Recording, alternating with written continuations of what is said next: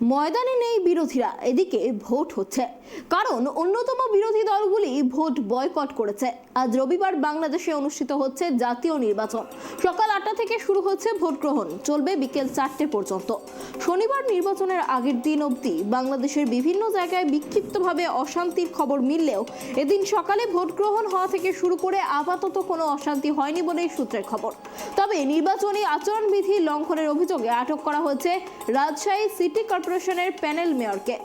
Vote গ্রহণ শুরু হওয়ার কিছুক্ষণের মধ্যেই ঢাকায় ভোট দেন প্রধানমন্ত্রী তথা আওয়ামী লীগের নেত্রী শেখ হাসিনা। নৌকা জিতবেই ভোট দিয়ে জানালেন প্রধানমন্ত্রী Hasina.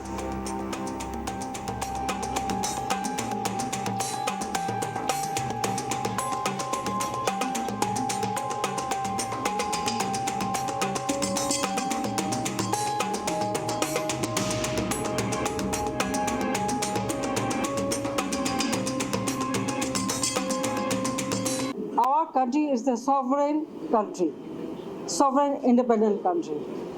Maybe it's a small country, but we have big population. So people's right, we have established people's democratic right and also right to their better life or their prosperous life. That is our main aim. We want to do that. So I'm trying my best to ensure that democracy should continue in this country. And without democracy, you cannot make any development.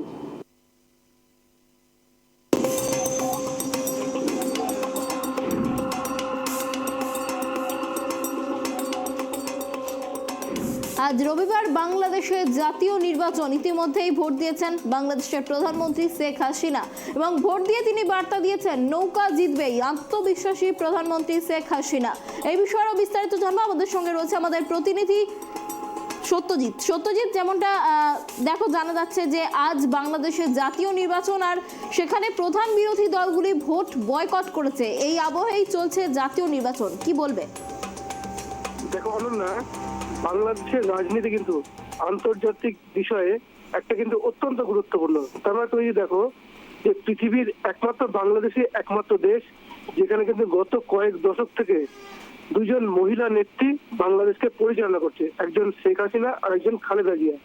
2009 সাল থেকে বাংলাদেশের প্রধানমন্ত্রী পদে রয়েছেন শেখ হাসিনা।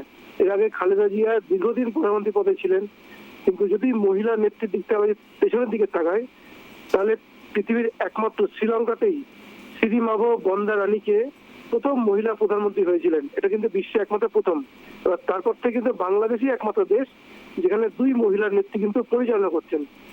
এবার নির্বাচন commission আজকে নির্বাচন ঘোষণা করার পর থেকেই কিন্তু প্রধান বিরোধী দল বিএনপি কিন্তু ভোট বয়কট করেছে। শুধু বয়কট করাই নয়, ভোট বানচাল করতে তোমার বিভিন্ন জায়গায় কিন্তু প্রচুর হিংসার ঘটনা ঘটেছে।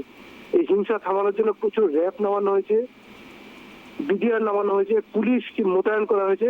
কিন্তু তার সত্ত্বেও দেখো, গত কয়েকদিন আগে কিন্তু একটা ট্রেন জ্বালিয়ে দেওয়া হয়েছিল।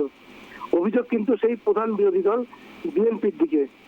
এখন আজকে নির্বাচন প্রধান বিরোধী যেহেতু বয়কট করেছে, স্বাভাবিকভাবে আশা করা হচ্ছে যে আওয়ামী লীগ শেখ হাসিনার দল অনায়াসে জিতবে। মানে জয় ঘোষণা শুধুমাত্র সময়ের অপেক্ষা।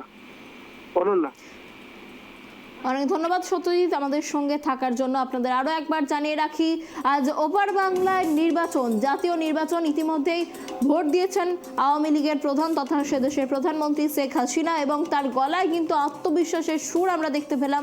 তিনি ভোট দিয়ে জানিয়ে দিয়েছেন নৌকা জিতবেই।